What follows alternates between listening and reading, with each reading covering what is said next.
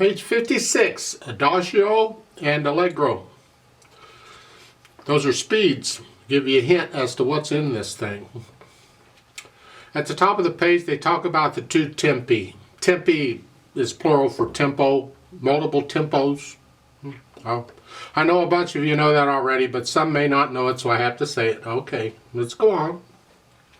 Adagio, according to this description, is very slow. To me, Adagio is just slow, because you got other indications that are slower than Adagio. So you have Andante, which is kind of a strolling speed, and then under that is Adagio, that's slow. You can do very slow if you want, no, it's a personal thing. Allegro is fast, or happy, assuming you're fast when you're happy, or you're happy when you're fast. I'm not sure which way you're going. To me, it just means fast, because I can be unhappy and fast about it at the same time. So much for my jokes for today. I need more coffee. 4/4 time. It takes up both pages. I don't see any repeat signs. We got sections. You see at the end of the second line, the double bars, that's the end of a section. So the first two lines on page 56 is one section. And then you go into another section until the end of the second line on page 57. Double bars again, that's the end of that section. And back to, it's like, well, maybe this is an ABA form. Ternary form, we talked about that before. No? All right.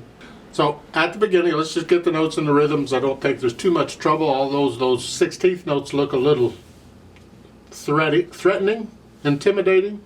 They're not. We'll get it. I'm going to kind of take both hands at the same time here because of the way the music is laid out. It just works better if the hands work together.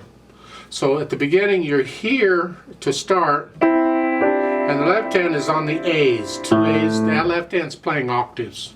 Now when you play these octaves in the left hand, you'll develop that feel for what an octave is, assuming your hand is big enough to reach an octave. So what I do is I simply aim one finger, whichever finger you want, say the thumb, and I keep it in that position. The little finger goes along, so I don't have to aim 2 fingers is what I'm getting at. You can aim 2 fingers if you want to. I really don't mind. But the right hand is these chords. 1, 2, 3, 4, 1. The thumb comes down. And then the 16th, now this is a C major scale. I'm assuming you're doing the scales, so this should not be a problem. 1 E and a 2 E and a 1 E and a 2 E and a. Just a C scale going up, and that is a quarter note, so you're going to hold that down until you play the F. Here. Right there. It comes up, and then the C scale going down.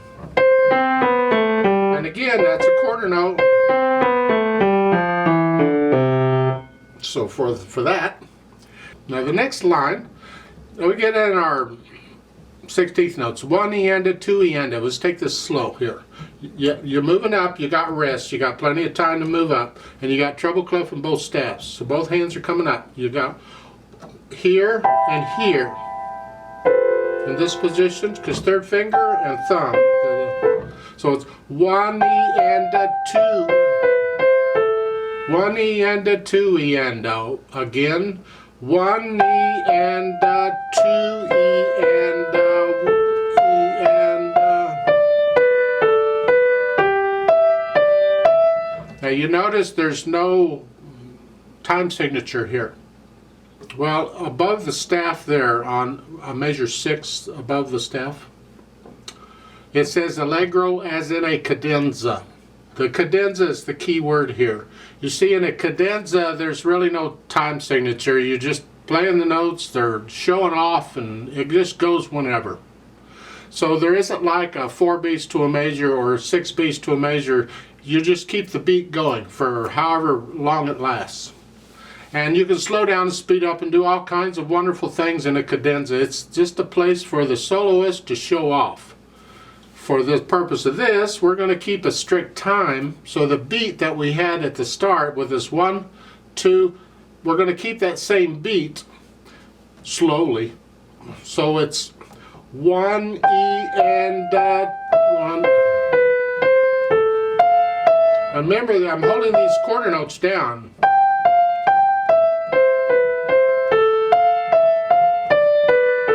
And it's a sequence going down the keyboard. I'm using the same fingering each time.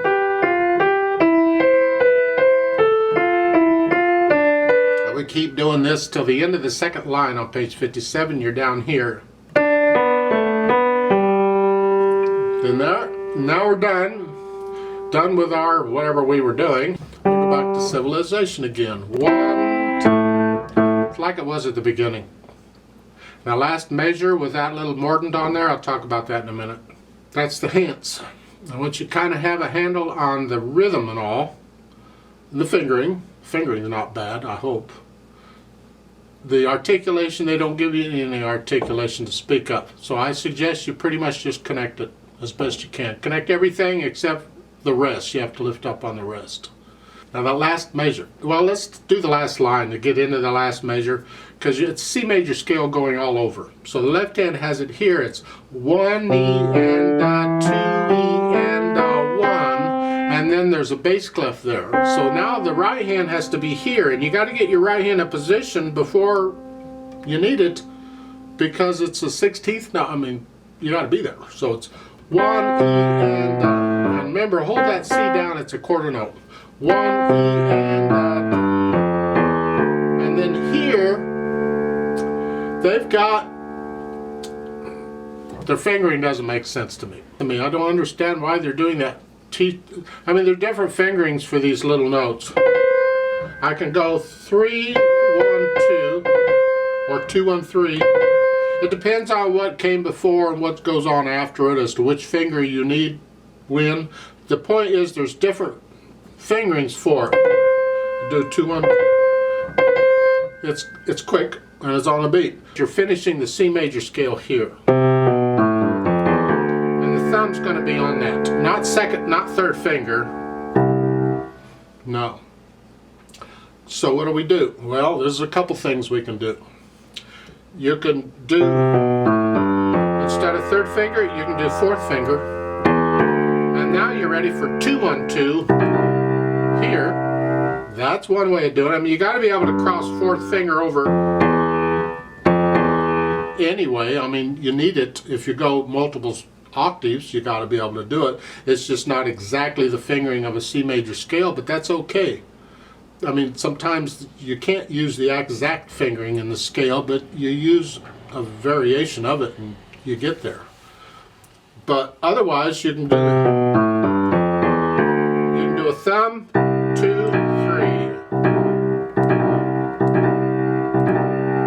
You'll have to experiment and decide on the fingering that you like, and then use that. If you don't like any of the fingerings, it just isn't working, then leave the mordant out and just play a C. And leave it at that. Now, a little thing about inverted mordants. Talked about this elsewhere, but they put it in here. It's not my fault. No. When it goes down 2 notes, that's a mordant. When it goes up to the next, that's an inverted mordant. There, it's turned over. In today's environment, the most common is the inverted mordant. But we're so accustomed, we just call that a mordant. And technically, that's not correct. It's not a mordant. It's an inverted mordant. Just be aware of that if you're talking to somebody and they say, wait a minute, that's not what that is. So once you have all that, we can kind of try and get some sort of a speed going. Adagio is slow. Now, how slow? Well, it's up to you. They give you metronome markings. I mean, in the play with me, that's about Adagio usually. It's just, I mean, we go slower than what the metronome markings is. Just 1 and 2. And remember, when I'm doing this without a metronome, I need a way to stay slow, because the tendency will be to start slow and then speed it up as I go. So what I do is I simply divide up the beat and I count it in divisions. So it's like here it'd be 1 and 2 and 3. This way it helps to keep me slow. I'm less apt to speed it up. 1 and 2 and 3 and 4 and 1 and 2. And then when I get get to the second line, it's here. 1E and a 2E and a 1E and a 2E and a 1. Here. And there, they put in staccatos. I don't know why. So again, that measure. I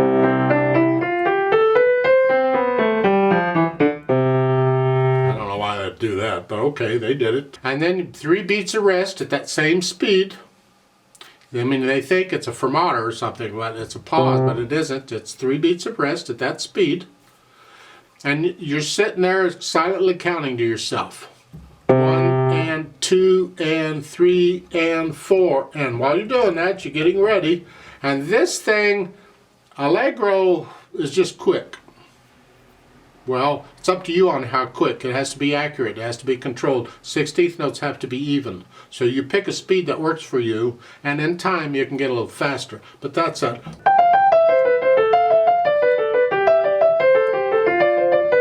I mean, it's the same fingering going down, so once you have it, you've got it. And you don't even have to look at the music. You're starting here, and you're going all the way down to here. And you're ending there.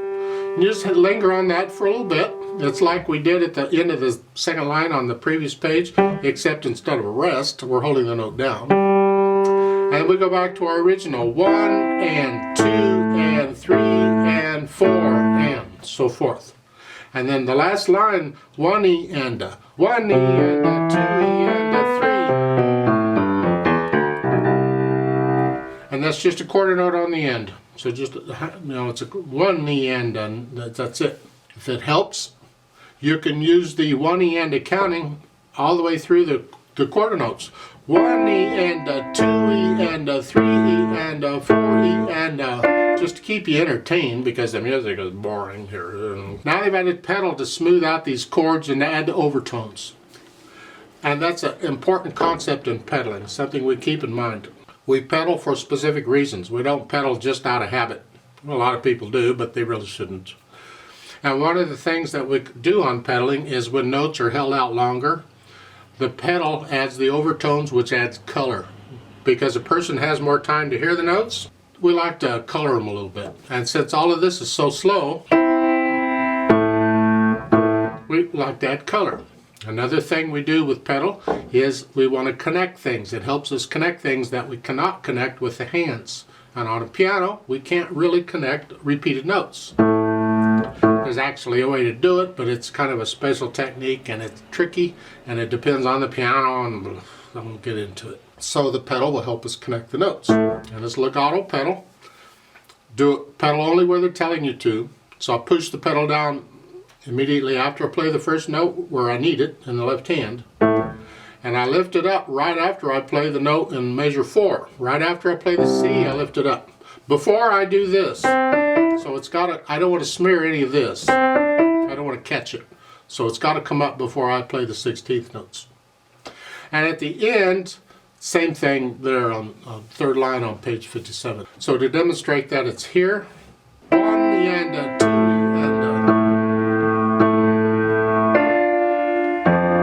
and then dynamics. Well, it's loud at the beginning. These chords are loud. You'll have to decide what loud is, but it's both hands, it's chords. And then when you get to the cadenza part, measure 6, that's soft. It's just, which is good because it's hard to play really fast and loud. So it's much easier to play it soft. So you're starting out soft, and you'll have to decide what soft is. And then at the top of page 57, you see a crescendo, poco a poco. That means get louder, a little by a little, or a little bit. In other words, take your time. Well, we're going to go up to loud in the third line, but we don't want to be loud until the third line. Actually, if you wanted to, you could be loud on the last note in the second line, but it's up to you. So you're soft to start with. Now you come up a little bit to sort of medium soft. Now medium loud. And now we're loud.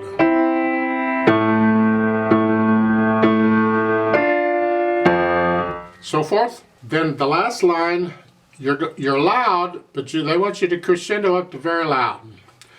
2 Fs is not twice as loud as F. It doesn't go that way.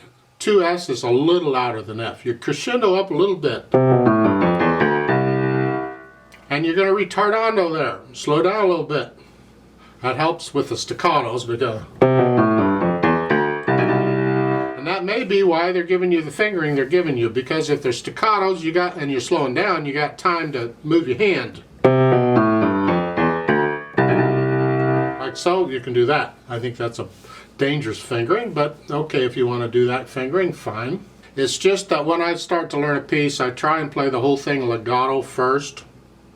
And so I want a fingering that works with legato, because that usually takes me through and helps me out. But when you get staccatos involved, you can alter that fingering if you want to. Now at the beginning of this pedal, I suggest you push the pedal down after you play the first note here in the right hand. They're showing it down after you play the left hand. I want to catch that chord. And the reason for that is because I'm catching the chord in the right hand on all the other measures. So I want to catch that measure too. So it's here. It's here.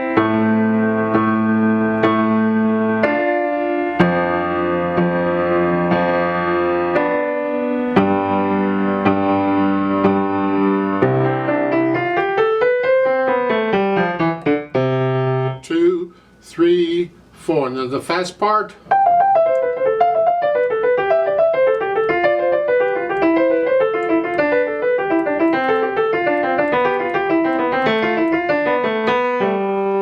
Retardando there, and then back to that. Again, pedal the right hand.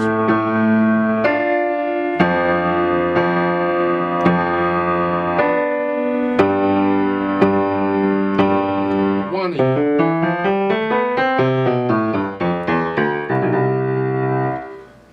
And then that last note doesn't have a fermata or anything. You get one beat, that's it. I like to play this with you very slowly, the whole thing at one speed, slowly, to double check the notes and the rhythms. I'm not going to do the dynamics, and the fermata at the end of the second line on page 57, I'm going to hold that 2 counts instead of 1. So let's just try it, make sure we have the rhythms and notes and all that. I'll give us 4 counts. 1 and 2 E and 3 E and 4 E and 1 E and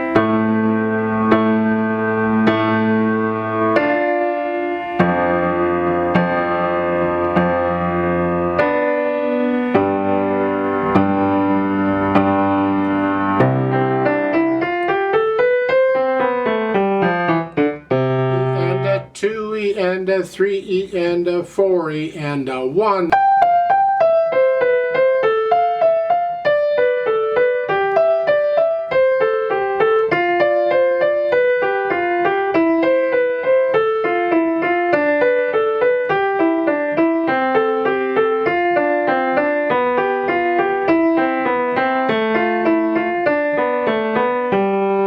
Hold.